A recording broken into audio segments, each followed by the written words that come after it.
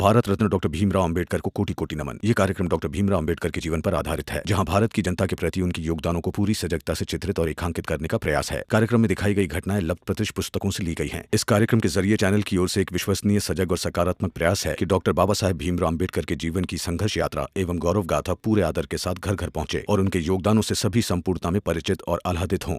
और क्या ही बोलूं, मैं बस इतना ही चाहूंगी कि आप और बाबा अब दोनों सही से रहे।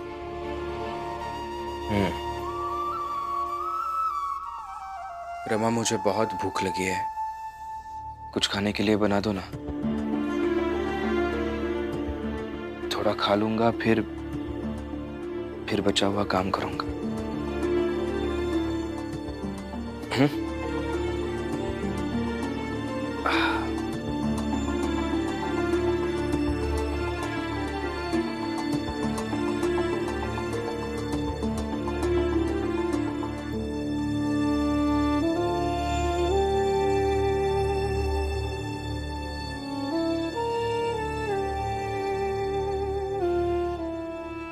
भीम, रमा, दोनों में से कोई आए तो पूछो।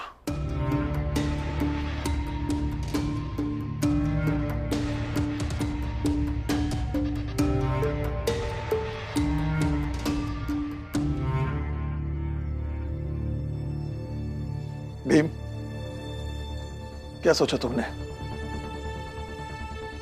जाने दीजिए ना बाबा, बेकार की बहस है। बेकार? बेकार की बहस है?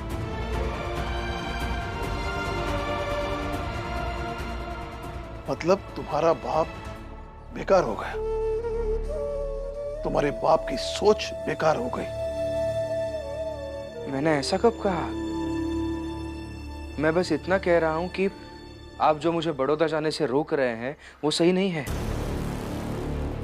कोई और ये सब करता तो मैं समझ सकता था, लेकिन आप तो खुद नौकरी के सिलसिले में जगह जगह घूमे हैं। जब तक आपने नौकरी की तब तक पूरी लगन और प्रतिबद्धता के साथ की ना। एक बार तो मुझे याद है, आई की तबीयत खराब थी और आपको काम के लिए किसी दूसरे गांव जाना था। आप नहीं रुके थे, आप चले गए थे। वापस आने पर मैंने आपसे पूछा तो आपने कहा था कि कर्तव्य परायणता भी कोई चीज होती है। तो आज मैं भी अपना कर्तव्य ही निभा रहा हूं ना, तो फिर आप मुझे क्यों रोक रहे हैं?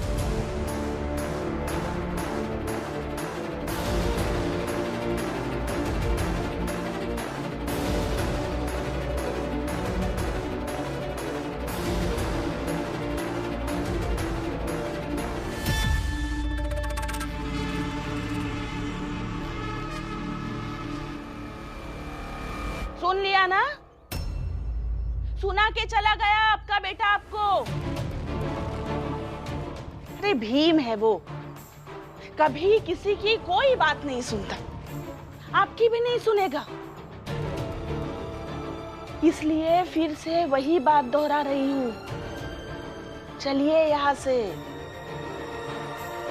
शायद आपके चले जाने के बाद भीम रुक गया तो रुक गया, और अगर नहीं रुका होगा तो एक बात समझ लेना कि आपकी इज्जत और आपकी बातों का मान आपके बेटे के नजर में 2 कौड़ी का भी नहीं है।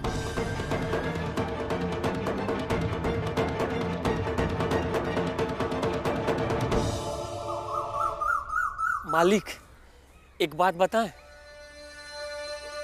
हमको तो बस ये लग रहा है कि ये राम जी बस ऐसे ही चुप्पी मार के बैठे रहेगा और भीमराव काम करने के लिए महाराज के पास बड़ौदा चला जाएगा। और एक बार अगर वो महाराज के पास चला गया तो उसकी पहुंच महाराज तक हो जाएगी। और मालिक, आप लोगों पर इतना विश्वास किया कि आप भीम का कुछ करेंगे, लेकिन आप कुछ नहीं कर पाए। और अगर एक बार भीम बड़ौदा चला गया तो हम सब की क्या? आप सबको भी नहीं पूछेगा। और मालिक, अगर वो आप सबको नहीं पूछेगा तो हमारी स्थिति क्या होगी? ज्यादा बोल रहे हो तुम दोनों। क्या बोला रहे हैं? मुझे नहीं पूछेगा, मेघनाथ को नहीं पूछेगा। वो इतनी औकात हो गई उसकी, वो मुझे पूछेगा या नहीं पूछेगा ये तो बाद में निपटूंगा मैं उससे। तुम दोनों की क्या स्थिति होने वाली है ये अभी दिखाता हूं मैं। अरे मुंह क्या देखा, मार इनको। साहब औकात बोल गए अपनी ये। साहब मारिए मत, हम तो बस बता रहे हैं। मालिक। अच्छा हमें बताओगे? रुको, हम बताते हैं।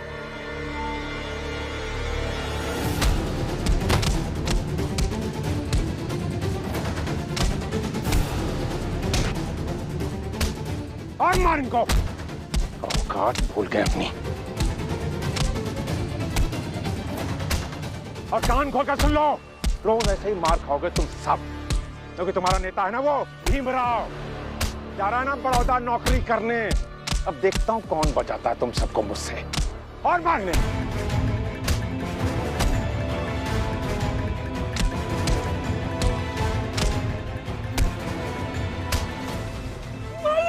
अरे एक बात सुनते जाओ, कह देना उस भीमराव से कि उसके बड़ौदा जाने के बाद उसकी जात के हर आदमी से गिन गिन के हिसाब लूंगा मैं।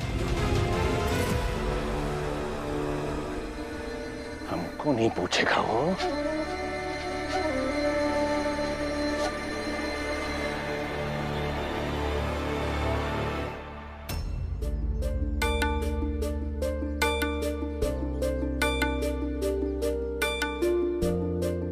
भीम बेटा,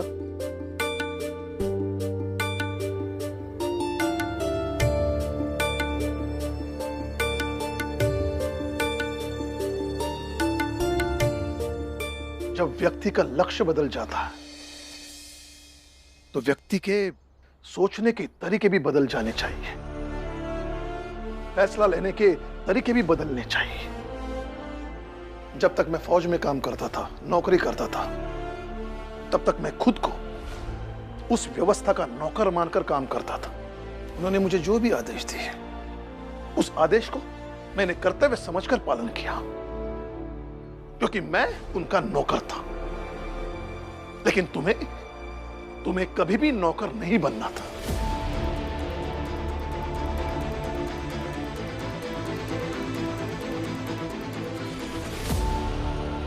ऐसे देख क्या रहे हो मुझे?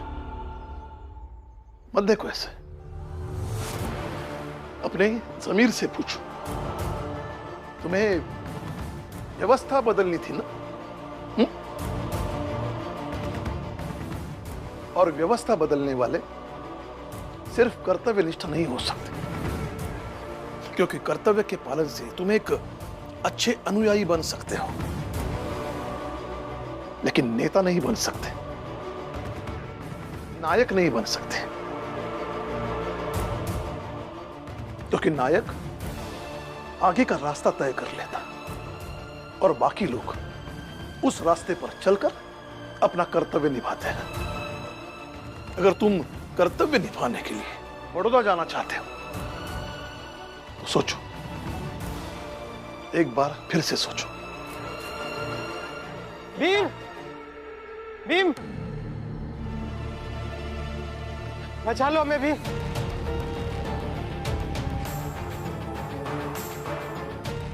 भीम, तुम बड़ौदा मत जा, ये तो हम लोग का जीना हराम कर देंगे वो सब। हितेश, ये क्या नया नाटक शुरू किया है? नाटक नहीं कर रहा हूं। मेघनाथ और उसके दोनों बेटों ने कहा कि जाने दो भीमराव को काम करने महाराज के पास, उसके बाद सबका हिसाब करूंगा, जीना मुश्किल कर दूंगा। बड़ा ढाल बना फिरता है ना वो, देखूंगा कि उसके बिना कैसे जियोगे, कैसे बचोगे। ऐसे कैसे कह सकते हैं वो लोग? मैं जाकर बात करता हूं। भीम, मेघनाथ से बात करने से इस समस्या का हल नहीं निकलेगा। आज तक तुमने इन लोगों का साथ दिया है, तो आज भी तुम्हें देना पड़ेगा। बाबा, आपके मुंह से ऐसे स्वार्थ की भाषा शोभा नहीं देती। स्वार्थ? मैंने कब स्वार्थ की बात की? यही आपने देखा कि यही एक मौका है जिससे आप मुझे रोक पाएंगे, तो आप इन लोगों के साथ जाकर खड़े हो गए। चलिए मान लीजिए मैं नहीं जाऊंगा बड़ौदा, लेकिन जब पढ़ाई करने के लिए देश विदेश जाऊंगा तब इन लोगों से दूर नहीं जाना पड़ेगा। जाना तो तब भी होगा ना।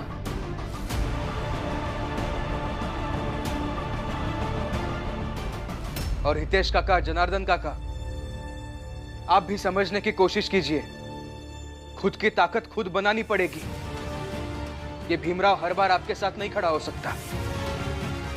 अरे नहीं रह सकते तो बड़ी बड़ी बातें क्यों की? क्यों विश्वास दिलाया? हाँ? विश्वास? मेरी आई भीमाबाई रही जिंदगी भर मेरे साथ। क्या एक मां के प्रेम से ज्यादा विश्वास दिलाया मैंने आप सबको?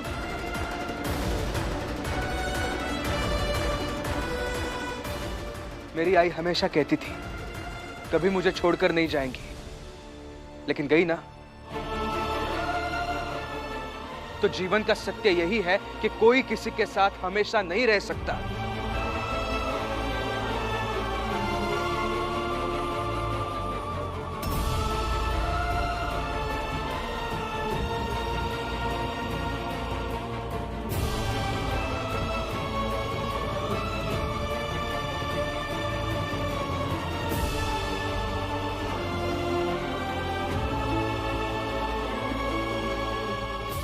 अरे अरे अरे अरे अरे अरे, ये क्या? फिर से आपका बेटा सुना के चला गया ना? अभी भी कहती हूँ, चलिए यहाँ से। आई, कभी तो ऐसे बातें कीजिए जिससे हम सबका भला हो, ताकि बस आपका स्वार्थ पूरा हो।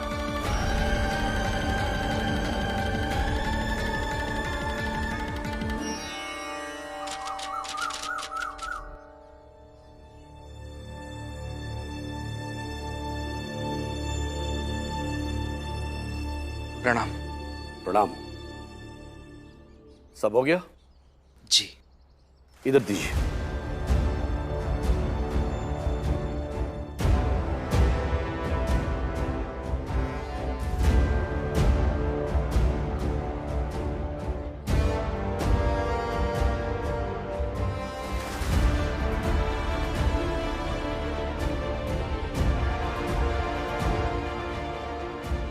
बहुत अच्छे। भीमराव, ये बताओ कि बड़ौदा कब जा सकते हो? जब आप कहे तब। फिर ठीक है, कल सुबह बड़ौदा जाने की तैयारी करो।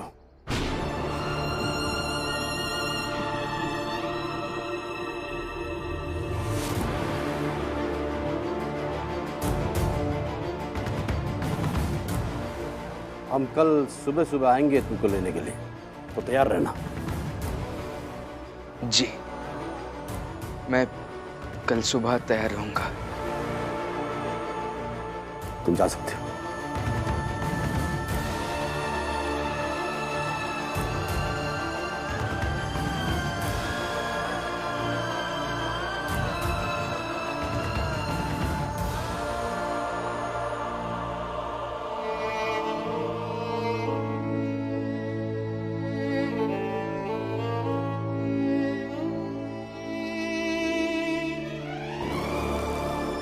रमा?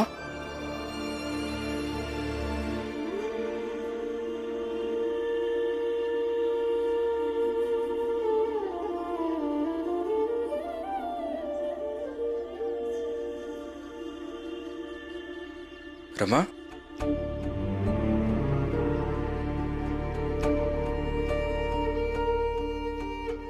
रो रही हो क्या? नहीं, मैं कहाँ रो रही हूँ, खुश हूं मैं। झूठ मत बोलो, आंखों में आंसू है तुम्हारे।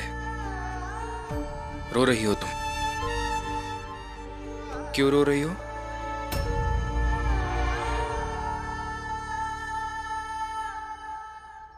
दुनिया भर की बातें समझ जाते हैं आप, मगर ये नहीं समझते कि आपकी पत्नी क्यों रो रही है। आप ही कहते हैं ना कि बड़ा वही है जो दूसरों के माथे की शिकन देखकर उसका दर्द समझ जाए। आपको तो आपकी पत्नी क्यों रो रही है देखकर भी नहीं समझ रहा है।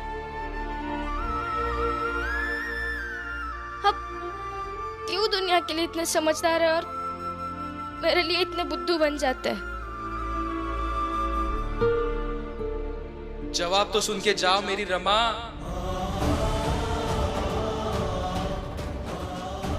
मेरी रमा?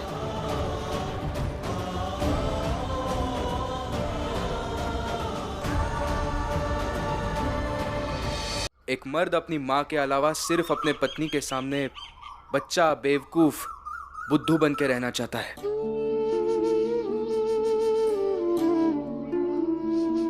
तभी तो उसे वो स्नेह मिल पाता है जो इस संसार की साजिश, परेशानी, तकलीफों से दूर ले जाता है कुछ पल के लिए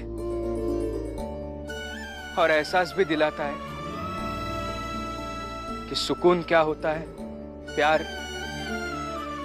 खुशी क्या होती है। मेरा ये हक मुझसे मत छीनो रमा। समझदार तो हर वक्त बनना पड़ता है। इस संसार में रहने के लिए, इस संसार के लोगों से लड़ने के लिए समझदार ही बनना पड़ता है। मगर कभी कभी तुम्हारे सामने बेवकूफ बनकर भी रह जाने दो मुझे, तुमसे प्यार जताने के लिए और तुम्हारा प्यार पाने के लिए।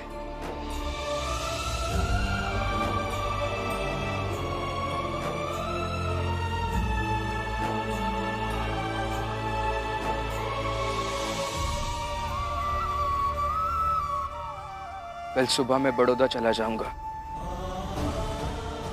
और बड़ौदा तो यहाँ से बहुत दूर है। अभी तो मेरे पास आ सकती हो ना तुम?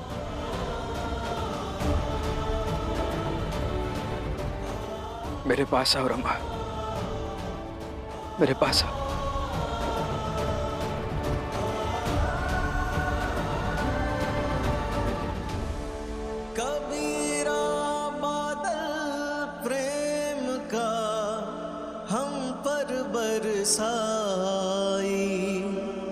अंतर भीगी आत्मा हरि भई बन राई।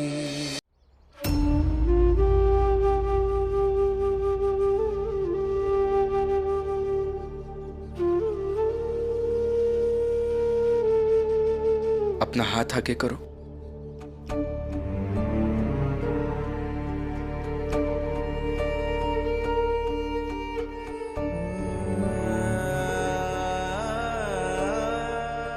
क्या हुआ?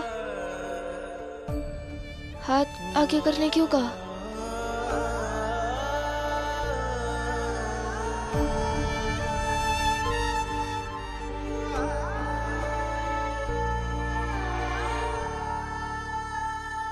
क्या है ये?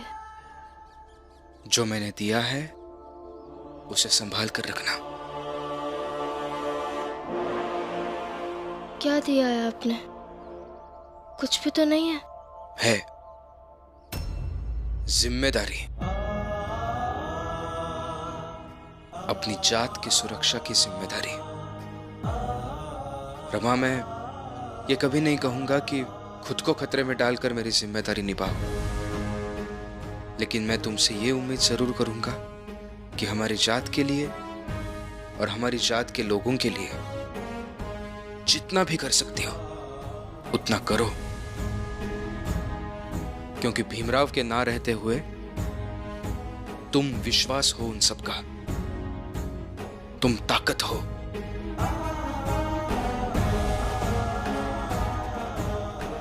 अब आप चाह रहे तो मैं वादा करती हूँ कि आपकी दी गई जिम्मेदारी मैं जरूर निभाऊंगी, हर कीमत पर निभाऊंगी। नहीं रमा, खुद की जान दांव पर लगाकर कुछ नहीं करोगे तुम, और इसीलिए कीमत में तुम्हारी सुरक्षा नहीं होनी चाहिए।